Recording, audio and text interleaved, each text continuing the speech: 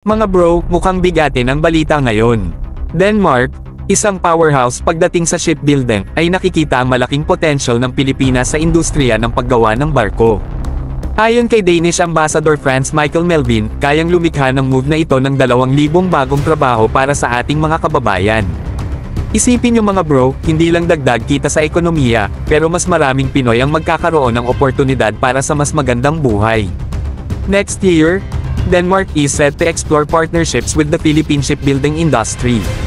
Ayon kay Ambassador Melvin, may plano silang pumasok sa Pilipinas ngayong spring season ng 2025. This collaboration could mean modern technology transfer, training, at long-term investments na tiyak na magpapalakas sa ating industrial capabilities. Mga bro, ganito dapat ang strategic partnership, may direct impact sa tao at ekonomiya. Pero hindi lang tungkol sa negosyo ito mga bro. Denmark has been consistent sa pagsuporta sa ating karapatan sa West Philippine Sea. Kasama sila sa mga bansang naninindigan laban sa ilegal na presensya at agresyon ng China.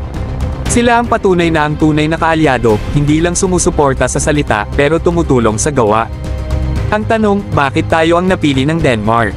Simple lang mga bro, ang Pilipinas ay may strategic location, skilled workforce, at malaking potential bilang global hub ng shipbuilding.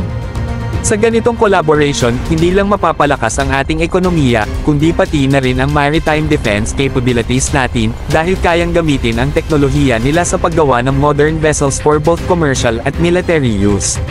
Alam nyo naman mga bro, kapag world class ang produkto natin, mas lalakas ang tingin ng ibang bansa sa atin.